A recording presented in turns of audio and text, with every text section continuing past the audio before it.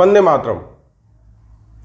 बंधुओं, जैसा कि आप सभी के संज्ञान में होगा कि भारतीय जनता पार्टी ने अपनी 5वीं लिस्ट जारी कर दी है। तो हम उन प्रत्याशियों के विषय में अपने विचार रखेंगे जो अभी तक उत्तर प्रदेश में निश्चित किए गए हैं भारतीय जनता पार्टी की तरफ से।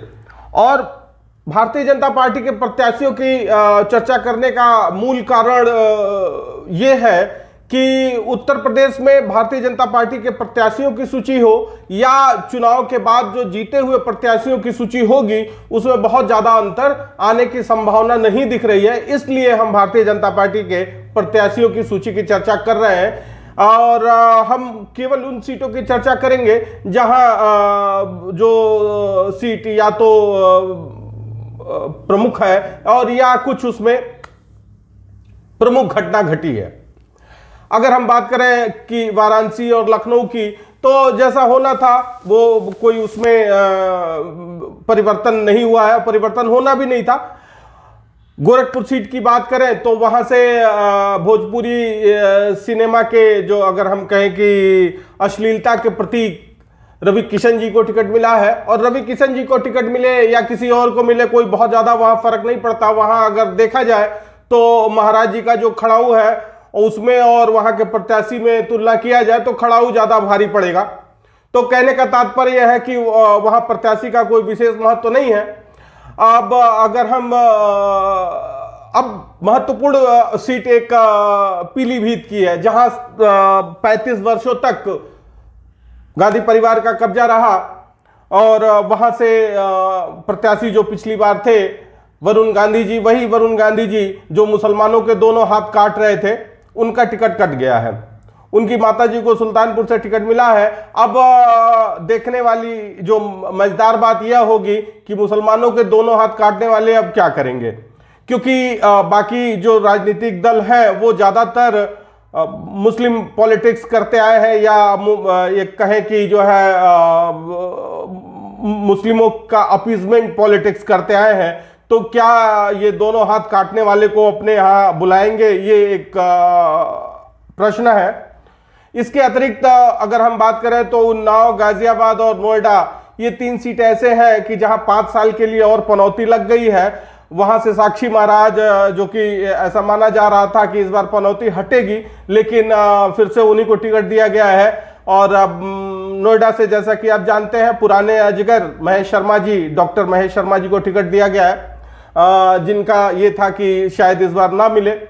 गाजियाबाद से अगर हम बात करें तो पहले यहाँ एक भालू हुआ करते थे जो मुश्किल से हिलते डुलते थे, तो अब सोने पे सुहागा हो गया है। उनकी जगह पे अजगर को टिकट दे दिया गया है जो बिल्कुल जगह नहीं छोड़ता है। ये वही अजगर हैं, श्रीमान अतुल गर्ग जी। आपको ध्यान होगा जब कोरोना काल में जो मोदी जी के एकदम विचारों का अनुसरण कर रहे थे, मोदी जी ने कहा था कि भाई घर से ना निकले, तो ये मान्यवर स्वास्थ्य मंत्री रहते हुए भी मोदी जी के इतने बड़े भक्त थे कि घर से नहीं निकले और पूरे कोरोना काल में अपने फार्म हाउस पे विश्राम करते रहे। इनको टिकट दिया गया है।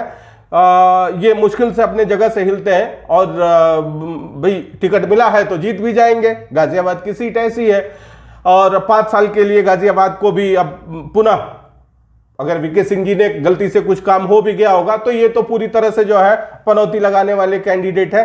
तो एक सीट का आप ये समझ सकते हैं कि 5 साल और झेलना पड़ेगा। इसके अतिरिक्त अगर हम बात करें तो यशवंत सिन्हा जी के बाद, जैसा कि अगर आप अभी देखें तो बहुत सारे राजनीति में बहुत सारे पिता हैं जो अपने बच्चों का जीवन एक कहते हैं कि करियर पॉलिटिक्स में बनाने के लिए अपना सब कुछ दांव पे लगा दिए हैं। जैसे मुलायम सिंह है, मान मर्यादा इज्जत प्रतिष्ठा सब कुछ दांव पे लगा के अखिलेश यादव का करियर सिक्योर करके गए। उसी प्रकार लालू यादव है, देखिए मतलब जान अटकी हुई है गले में, लेकिन अब बच्चे को मुख्यमंत्री बनाने के लिए उसको रोक के रखे हुए हैं। किडनी विडनी अरेंज करके भी किसी तरह से चल फिर रहे हैं और विपरीत परिस्थितियों में भी बच्चे का भविष्य सुदृढ़ करने में लगे हुए हैं। लेकिन ऐसे भी पिता हुए हैं कि जिन्होंने अपने बच्चों का करियर जो है बर्बाद कर दिया। राजनीतिक अगर हम करियर की बात करें जिसमें यशवंत सिन्हा अग्रणी थे, जिन्होंने जयंत सिन्हा जो 2014 में मोदी जी की सरकार आई थी उसमें मंत्री हुआ करते थे, जयंत सिन्हा का करियर खराब कर दिया। अब दूसरे पिता स्वामी प्रसाद मौर्य हुए हैं, जिन्होंने अपनी बेटी का करियर, राजनीतिक जो करियर है वो समाप्त कर दिया। इस बार उनका टिकट कट गया, कटना ही था। इसके साथ ही मेरठ से भारतीय जनता पार्टी ने रील जगत के राम को दांव पे लगाया है। जाहिर सी बात है वो भी जीत ही जाएंगे। तो ये कुछ महत्वपूर्ण जो सीट है उनका एक छोटा सा विश्लेषण था। बाकी प्रदेशों के भी जो महत्वपूर्ण सीट्स हैं और उन पे जो प्रत्याशी घोषित किए जाएंगे, समय समय पर उन पे भी कुछ चर्चा वार्ता हम लोग करेंगे आगे। आज फिलहाल इतना ही, जल्द मिलेंगे। धन्यवाद।